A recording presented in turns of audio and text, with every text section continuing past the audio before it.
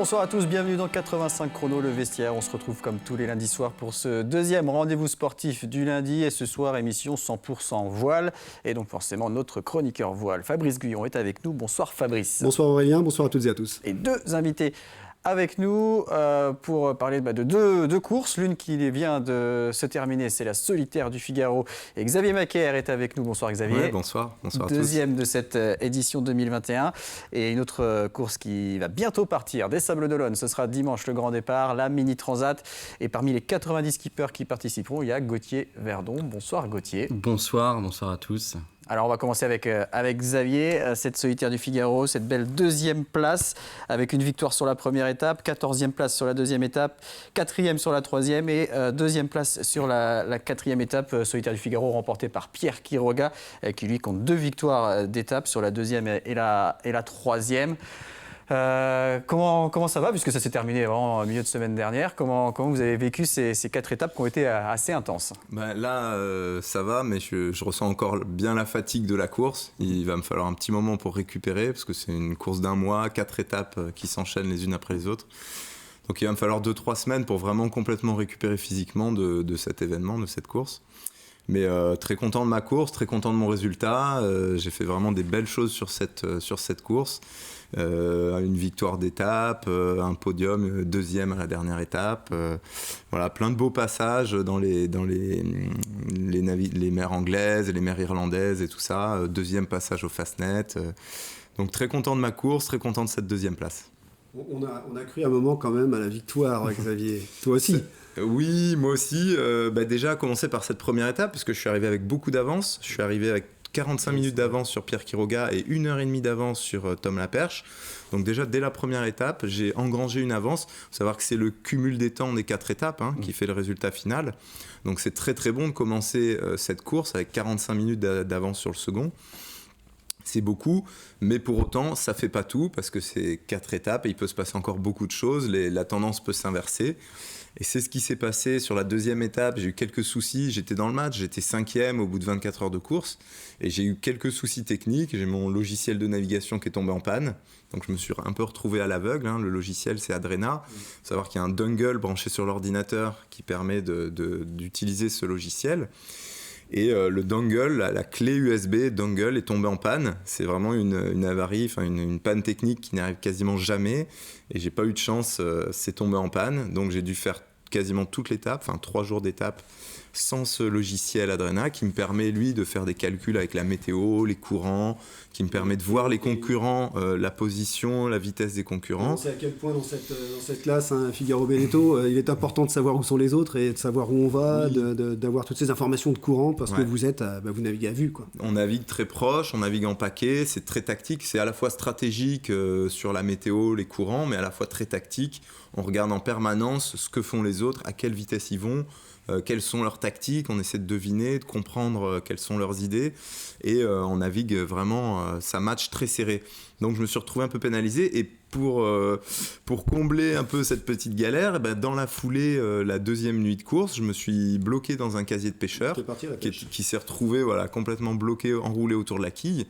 Là, le bateau s'est complètement stoppé net, et j'ai dû affaler les voiles, me changer, mettre ma petite combinaison, prendre ma balise de détresse, lancer un cordage avec une bouée pour sécuriser. J'ai prévenu la direction de course par la VHF que j'allais plonger à l'eau pour dégager ce filet, ce casier, et j'ai dû plonger à l'eau en pleine nuit sous mon bateau, sous ma coque, pour aller couper le cordage qui était enroulé autour de la quille.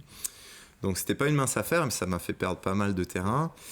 Mais voilà, ça s'est bien passé, c'était une opération délicate, ça s'est bien passé, j'ai réussi à repartir. Et voilà, donc cette deuxième étape, elle a été un petit peu dure, elle m'a un peu pénalisé pour le classement général au final. Parce que cette deuxième étape, entre Lorient et Fécamp, c'était quand même une étape plutôt côtière. Oui. Donc comme tu parlais tout à l'heure de courant de marée, oui. Les casiers de pêcheurs, donc c'est toutes ces contraintes que vous avez rencontrées finalement. Voilà, exactement. Puis du coup, quand j'ai repris la navigation, après avoir plongé, dégagé la quille, sans mon logiciel de nav, j'ai eu un peu de mal à me remettre à l'endroit, quoi. Il a fallu que je relance le bateau, que je rehisse les voiles, que je me change, que tout ça un petit peu à l'aveugle au final, de me remettre par rapport au vent qui avait tourné pendant ce temps-là. Donc j'ai dû me relancer un petit peu à l'aveugle, j'ai mis un peu de temps à me réadapter. Mais bon, voilà, j'ai quand même fait une 14e place qui était honorable à Fécamp. Et puis la course s'en est suivie. Au final, ça ne s'est pas joué à grand-chose. 2h24 de retard sur cette deuxième étape sur Pierre Quiroga. En revanche, sur la troisième étape, vous êtes quatrième. Vous ne perdez que 16 minutes sur Pierre Quiroga. Et sur la quatrième étape, en terminant deuxième, à 4 minutes 46 du vainqueur Pierre Le Boucher, vous reprenez environ 1h05 à Pierre Quiroga. Et au final, ça se joue à 48 minutes et 22 secondes la victoire sur cette solitaire. C'est la classe Figaro. Qu'est-ce que tu retiens, toi, de cette course? Parce qu'on le savait dès le départ, hein, c'était des étapes longues. Une course franco-française, hein, pas d'escale en Espagne cette année, pas d'escale ni en Irlande ni en Angleterre. Donc toi, qu'est-ce qui t'a vraiment, qu'est-ce que tu retiendras de cette édition, en dehors bien sûr de cette superbe deuxième place? Pas d'escale à l'étranger, effectivement. On ne s'est pas arrêté en Espagne, on ne s'est pas arrêté en Irlande, on ne s'est pas arrêté en Angleterre, ce qu'on fait régulièrement sur la solitaire du Figaro. Il y a souvent des escales à l'étranger, mais on est passé dans ces coins-là. Hein. Ouais. C'est pas parce qu'on ne s'est pas arrêté là-bas, mais on est monté en Angleterre, on a longé les côtes anglaises, on est monté en Irlande, on a contourné le phare du Fastnet, on est descendu en Espagne, on a contourné une bouée pas loin de la Corogne, très proche de la Corogne. Donc voilà, c'était comme ça l'est souvent, une solitaire riche, intense, avec beaucoup de souvenirs, beaucoup de vécus, beaucoup d'expériences vécues. On a eu plein de conditions météo très différentes d'une étape à l'autre. On en a un petit peu souffert parfois, parce que sur la première et la deuxième étape, on a navigué au pré, avec des conditions de vent musclées, une mer très formée, 25-30 nœuds de vent, une mer de 2-3 mètres qui déferlait. Donc dans ces conditions-là, ça tape, ça mouille, on vit vraiment penché, très très penché, donc c'est assez difficile en conditions de navigation, en confort, il y a très peu de confort. Mais moi j'étais parti un petit peu favori sur cette course. Je retiens que j'ai fait des très belles choses. J'ai fait plusieurs fois des points de passage en tête avec de l'avance sur les poursuivants. J'ai fait une victoire d'étape. Voilà, je retiens vraiment beaucoup de choses et je suis très satisfait d'une deuxième place et de tout ce que j'ai fait, tout ce que j'ai produit.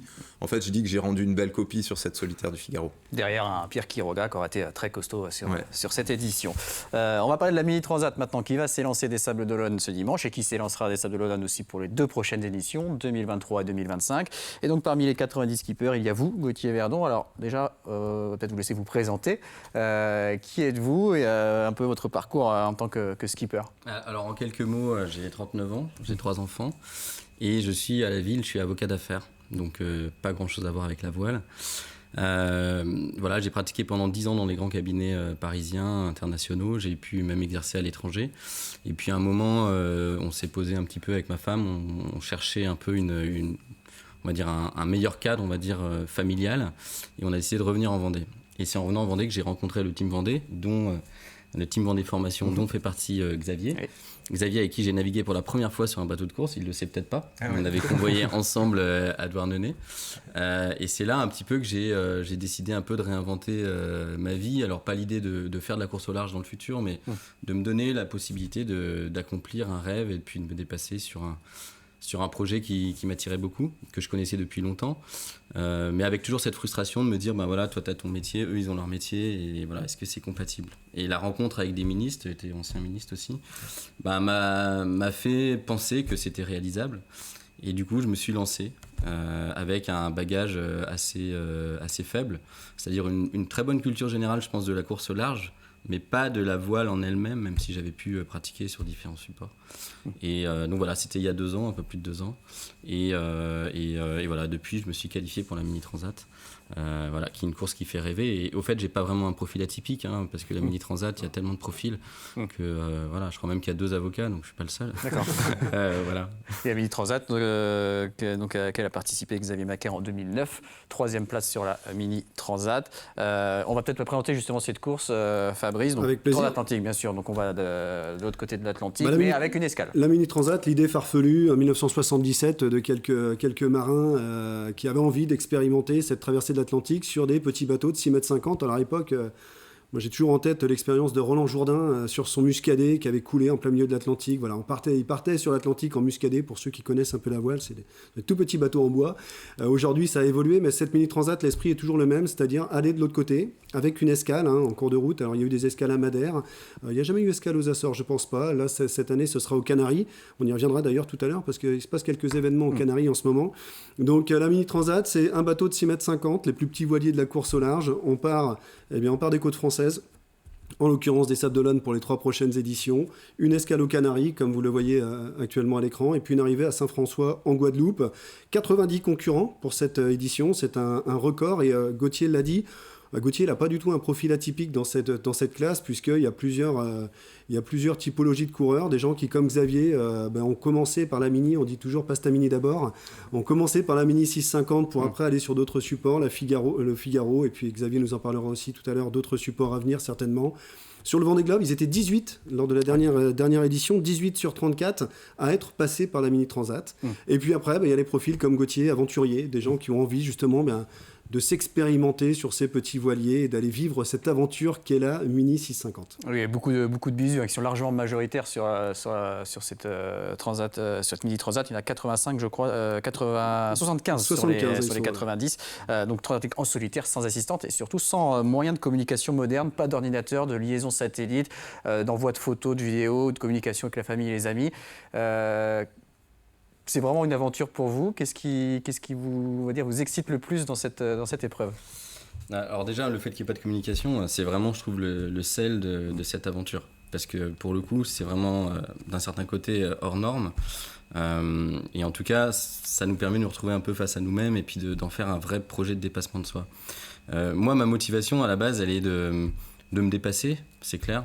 C'est pas forcément dépasser les autres, mais me dépasser et arriver au bout. Et après, c'était clairement essayer de... Voilà, j'avais osé rêver, je voulais oser réaliser cette aventure. Et surtout, ce qui était important pour moi, parce que je travaille également pendant la préparation de mon projet, c'était d'avoir une vie, rester dans la vie réelle. Donc en fait, je suis toujours avocat et je suis toujours papa et je suis en même temps skipper. Et au final, c'était pas facile, mais le parcours de qualification s'est bien passé. Et au final, j'ai fait 8 courses depuis 2 ans et je suis ravi, ça s'est bien passé. Donc qu'est-ce qui me motive, c'est d'arriver derrière. Ma hantise, c'est la casse.